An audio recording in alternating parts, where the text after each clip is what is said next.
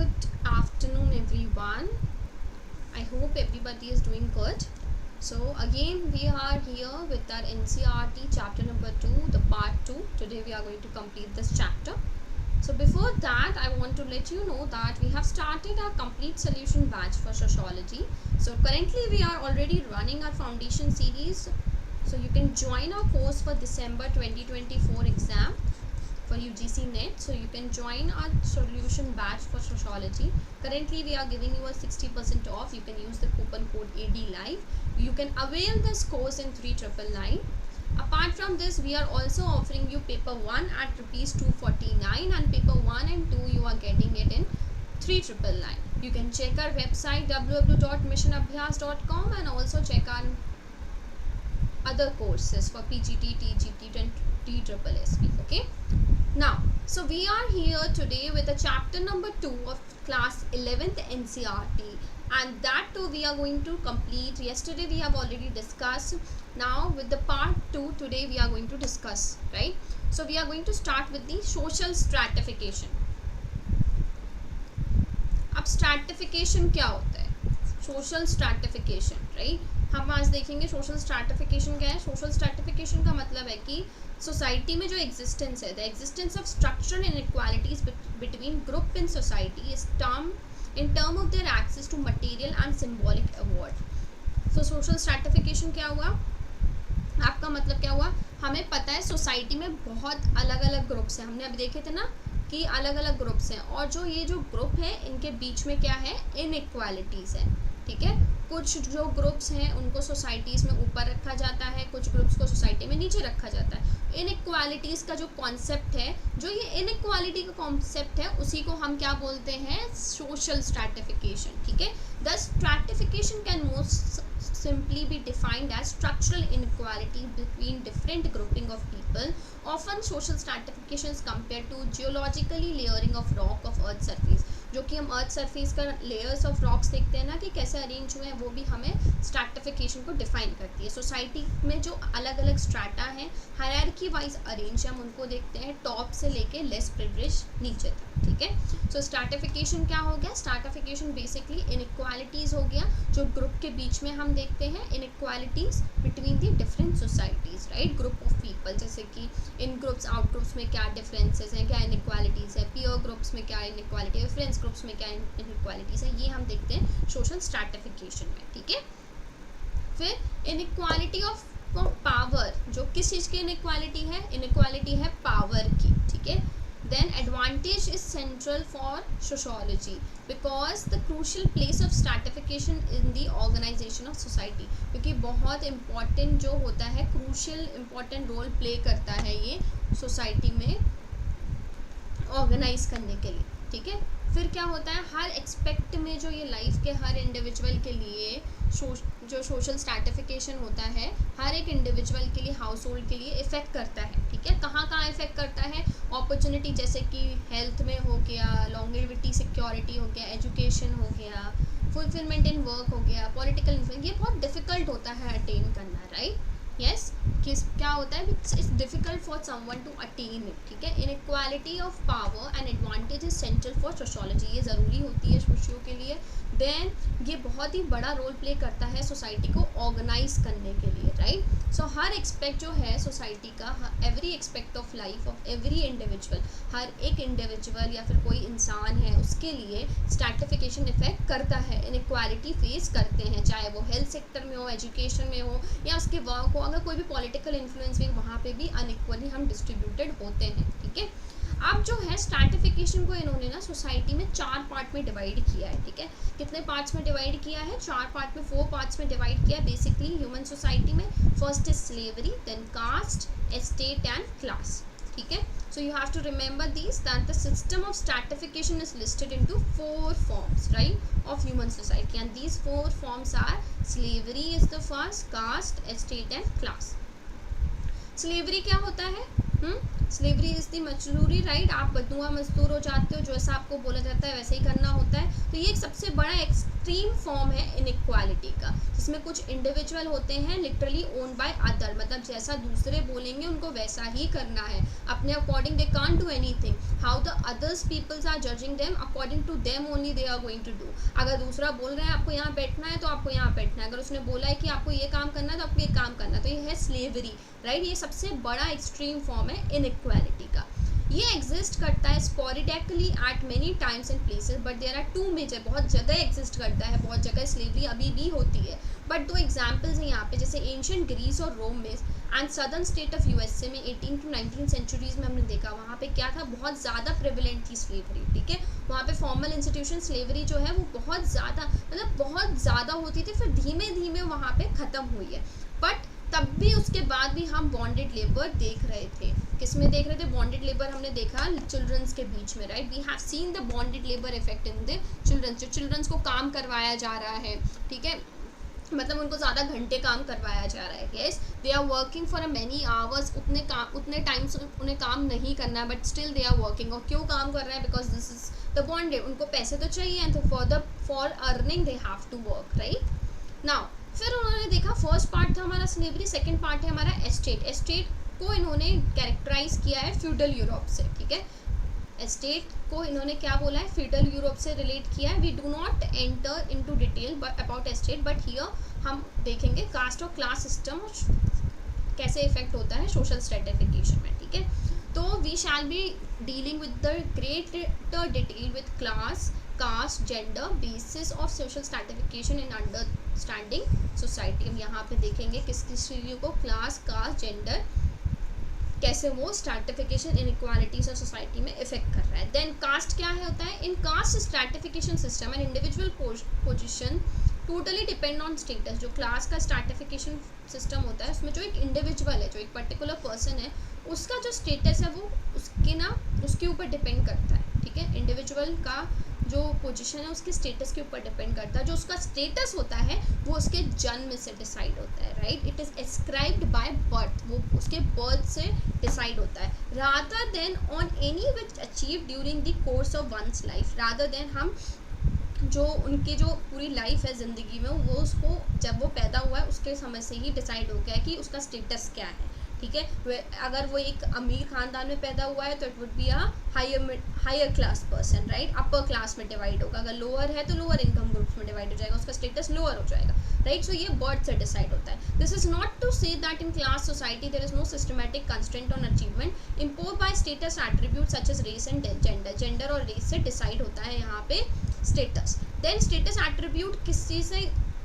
Birth से decide होता है। अगर सोसाइटी डिफाइन करेगी इंडिविजुअल की पोजीशन, वो कम्प्लीटली क्लास सोसाइटी में एग्जिस्ट करता है, राइट। लोअर है तो लाइक लो स्टेटस हो गया उसका, ठीक है।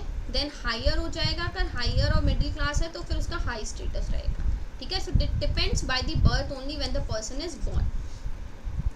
इन traditional India different caste form and hierarchy of social precedence. हम अगर अपने भारत में देखें तो जो हमारा क्लास सिस्टम है वो एक हायरार्की प्ले करता है, ठीक है। ट्रेडिशनली में हम कितने फोल्ड वर्णास के देखते हैं, ब्राह्मण, क्षत्रिय, वैश्य, शूद्र, इस चीज़ में हमारी सोसाइटी डिवाइडेड है।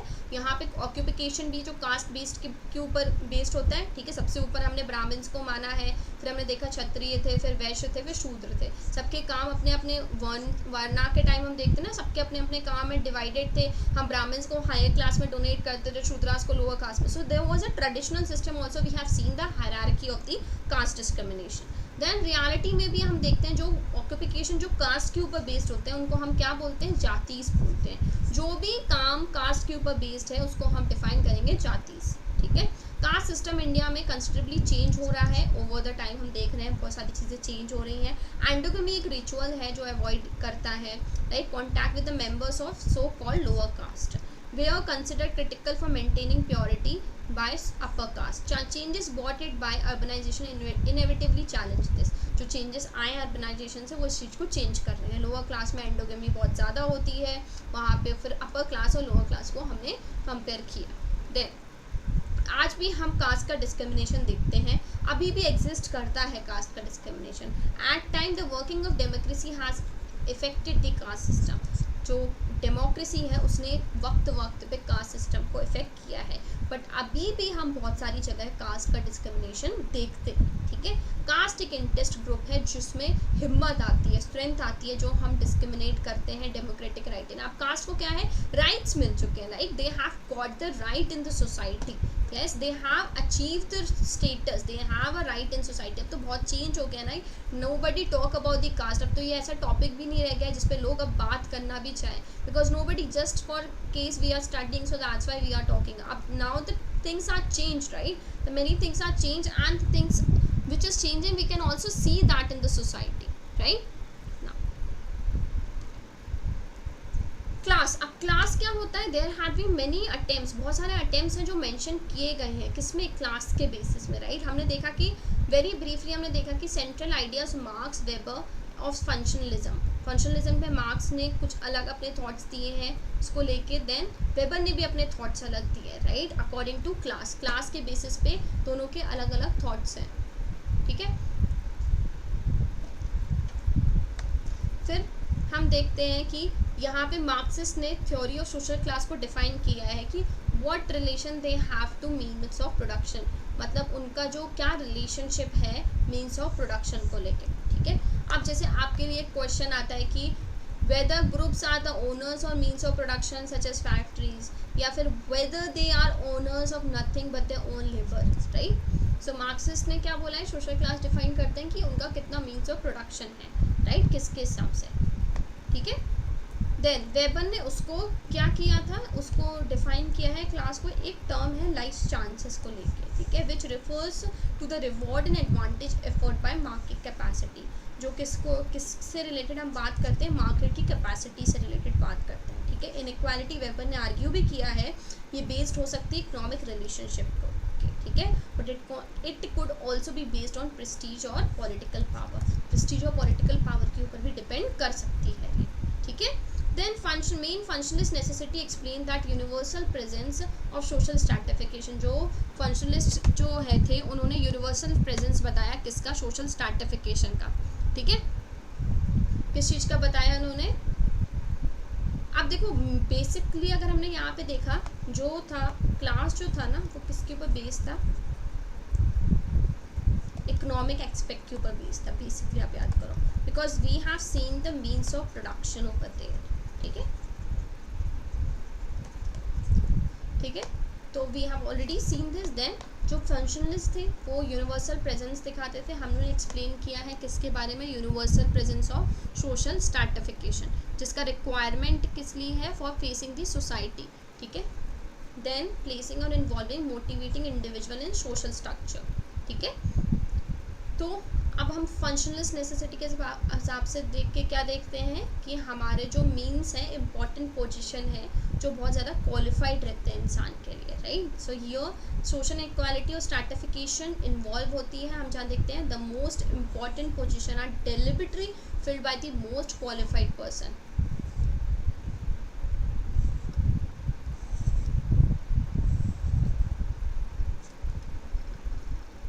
अब जो सोशल इनइक्वालिटी होती है ना वो एक इम्पॉर्टेंट पोजीशन को इनबिल्ट करता है, ठीक है।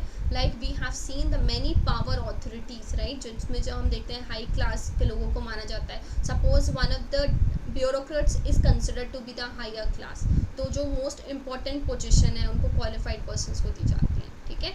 फिर हम देखते हैं कि in traditional caste system social hierarchy is fixed.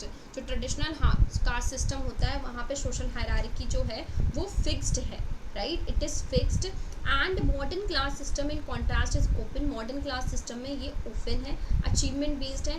Democratic societies में is nothing to legally stop a person from most deprived class and caste from reaching the higher position.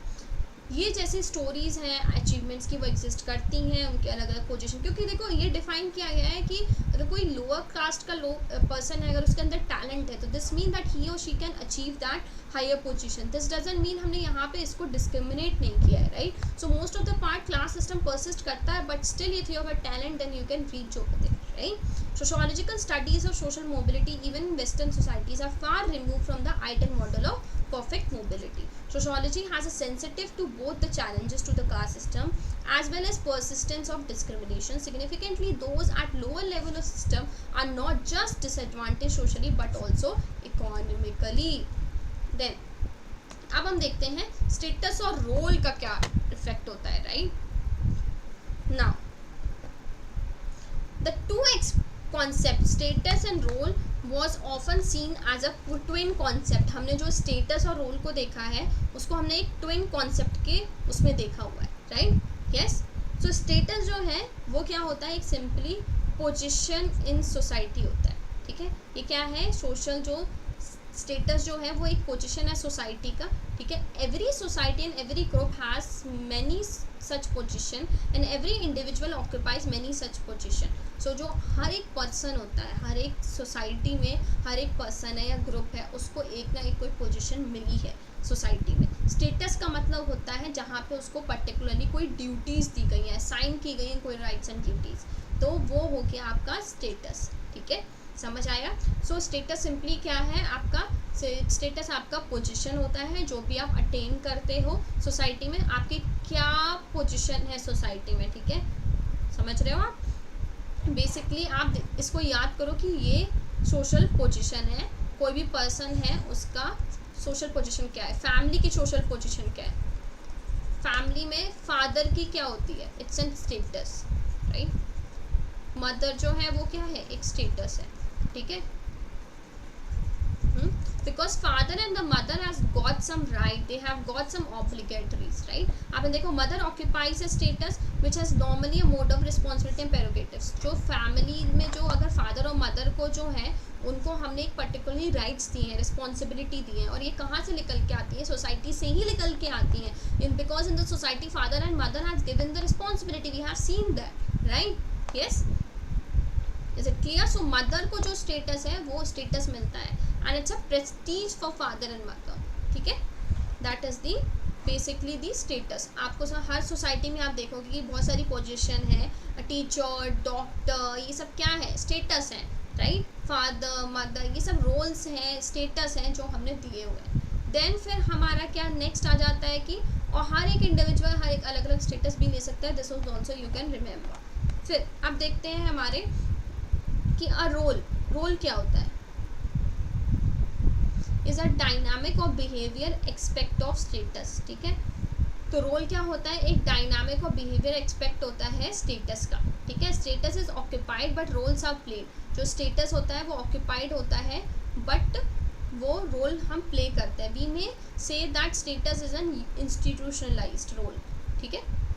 अब क्या हो गया यहाँ पे, सिंपली एग्जाम्पल ले लो, आपने फर्स्ट में देखा स्टेटस में कि मदर जो है it's occupies status, but now अगर जो मदर है उसका रोल क्या है, मदरहुड वो हम क्या करती है, द हाउ शी बिहेव्स, वो क्या हो गया, वो उनका रोल हो गया, that is a role. So it is a role that has become regularized. जो रोल है वो रेगुलर है, स्टैंडर्डाइज्ड है, फॉर्मलाइज्ड है सोसाइटी में एक लार्ज लेवल पे और स्पेसिफिक एसोसिएशन ऑफ सोसाइटी, ठीक है। तो रोल क्या हो गया, वो कैसे बिहेव कर रहे हैं, हाउ द फादर और the mother is behaving, how the doctor is behaving, वो उनका रोल हो जाएगा। But the position given in the society that is the status, is it clear.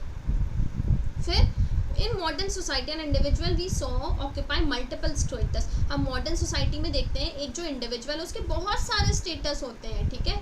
फिर उसको हम क्या बोल देते हैं, स्टेटस सेट बोलते हैं। जब कोई इंडिविजुअल है उसको बहुत सारे स्टेटस मिले हैं तो उसको हम बोलेंगे स्टेटस सेट, ठीक है। फिर इंडिविजुअल के जो अलग अलग स्टेटस हैं अलग अलग सोसाइटीज़ में, जैसे कि फॉर एग्जांपल आप देखो, आवर सन बिकम्स फादर, जो सन है वो क्या बन गया, फादर बन गया, ग्रैंडफादर बना है, फिर ग्रैंडफादर, सो ऑन, उसका प्रोसीजर चलता रहा ना। This is called a status sequence. इसको हम क्या बोलते हैं, स्टेटस सीक्वेंस बोलते हैं, ठीक है।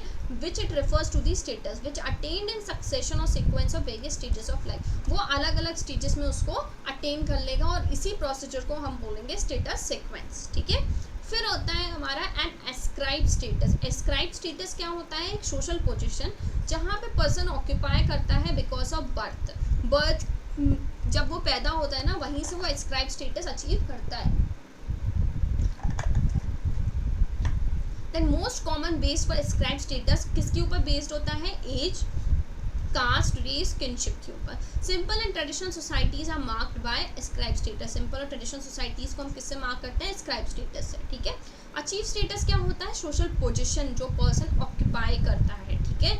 जैसे वॉलंटरली उसकी फिजिकल एबिलिटी कैसी है, अचीवमेंट्स, उसके वर्च्यूज, उसकी चॉइसेस। मोस्ट कॉमन बेस क्या होता है अचीव स्टेटस का, जो वो अचीव कर रहे हैं, हम क्या अचीव कर रहे हैं, वो अचीव स्टेटस हो गया, ठीक है ना। हम अभी आप आज आप मेरे साथ पढ़ रहे हो, कल आप क्या बनने वाले, that will be your achieve status, okay. Educational qualification हो गई, इनकम हो गई, प्रोफेशनल एक्सपीरियंस हो गया, ये सब क्या है, अचीव स्टेटस है, ठीक है। The modern societies are characterise by the achievement, its member are accorded prestige on basis of their achievements. How often would you would have heard the phrase you have to prove yourself. आपने बहुत बार सुना होगा ना कि अपने आप को prove करना है, कुछ बोलने से पहले you have to prove yourself, because you should become, then only the people are going to listen to you, right. So traditional societies में आप देखते हो आपका जो स्टेटस है वो डिफाइन करता है एंड बस ascribed by at birth. Traditional में आप देखते हो वो बर्थ से है, बट डिस्कस किया है ना मॉडर्न अचीवमेंट क्या होगा, वो एस्क्राइब स्टेटस मैटर करता है मॉडर्न सोसाइटी में, ठीक है। देन अब जो हमने स्टेटस की बात की, तो स्टेटस एंड प्रेस्टीज जो है वो एक दूसरे से इंटरकनेक्टेड टर्म्स हैं, ठीक है। Every status are accorded with rights and values. जो हर एक स्टेटस है उसमें हम देखते हैं उसमें क्या है, राइट्स और वैल्यूज़ हैं। Values are attach to social position. Values जो है वो किससे अटैच है, सोशल पोजिशन से अटैच्ड है, राइट। वैल्यूज़ क्या है, सोशल पोजिशन से अटैच्ड हैं to the social position rather to the person who occupies it in a her performance or in a her action. The kind of value attached to the status or the office is called a prestige. जो भी उसमें जो value attach है, जो भी उसका status है, उसको हम क्या बोलेंगे, प्रेस्टीज। बट स्टेटस और प्रेस्टीज जो है वो दोनों इंटरकनेक्टेड फॉर्म है एक दूसरे के, ठीक है। Then people can ask rank status in term of their high और लो प्रेस्टीज। पीपल, लोग पूछ सकते हैं रैंक का स्टेटस किस बात पे पूछ सकते हैं, उनके हाई और लो प्रेस्टीज के बेसिस पे पूछ सकते हैं। जैसे कि डॉक्टर की जो प्रेस्टीज है मे बी हाई हो सकती है शॉपकीपर के अकॉर्डिंग। डॉक्टर हाई पोजीशन पे, उसकी प्रेस्टीज ज़्यादा हाई है शॉपकीपर के according, even if the doctor में अर्न लेस, क्योंकि सोसाइटी में ऐसा बना हुआ है, द सिस्टम बना हुआ है, right. So it is important to keep in mind, हमारे लिए बहुत ज़रूरी है हम अपने दिमाग में रखें कि व्हाट ऑक्यूपेशन इज़ कंसिडर्ड, कौन सा ऑक्यूपेशन हमारे लिए ज़रूरी है। प्रेस्टीज उसी के हिसाब से मैटर करती है सोसाइटी में टाइम टू टाइम, ठीक है।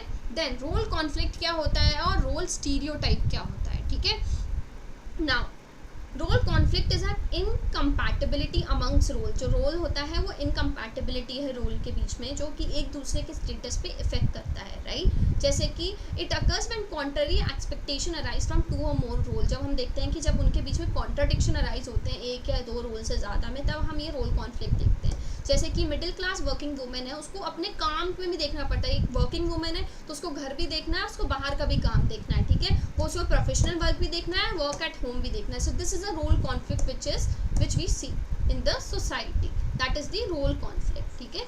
कोई अगर वुमेन है तो ही और शी आज तो कोई मदर है, अगर मदर सपोज टीचर है, सो टीचर है तो उसको स्कूल जाना है तो स्कूल में भी काम करना ही करना है, और घर पे आके भी काम करना है। सुबह जाना है तो काम करके जाना है और शाम को आके भी काम करना है, राइट। एंड स्कूल में भी द प्रोफेशनल वर्क भी करना है। So this is a role conflict with the women. फिर जो हम स्टीरियोटाइप देखते हैं, what is a stereotype over here, the process of reinforcing some specific role for some member of society.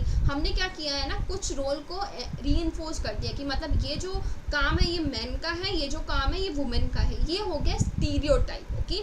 जैसे man और वुमेन को सोशलाइज स्टीरियोटाइपिकल रोल में देखा गया है कि जो मैन है वो ब्रेड विनर है, वही कमाता है, वही अर्न करता है, और जो वुमेन है वो होम मेकर है, राइट। सो अब now in this time that this stereotype is changing, right, but at the time that society में हम ये देखते हैं and this is now being the totally changed. Social role and status are often wrongly seen as fixed and unchanging. हमने देखा ही unchanging, but now the things are changing. It felt that individual learns the expectation that surrounded social position in the particular culture and perform these roles largely as they had been defined. Through socialization, individual internalize social role and learn how to carry them out. Socialization के through वो learn करता है कि उसको कैसे आगे forward करना है. Then role and status are not given and fix. Role और स्टेटस फिक्स्ड नहीं है। पीपल एफर्ट्स करते हैं लड़ने के लिए, राइट, डिस्क्रिमिनेशन की तरफ फाइट करने के लिए।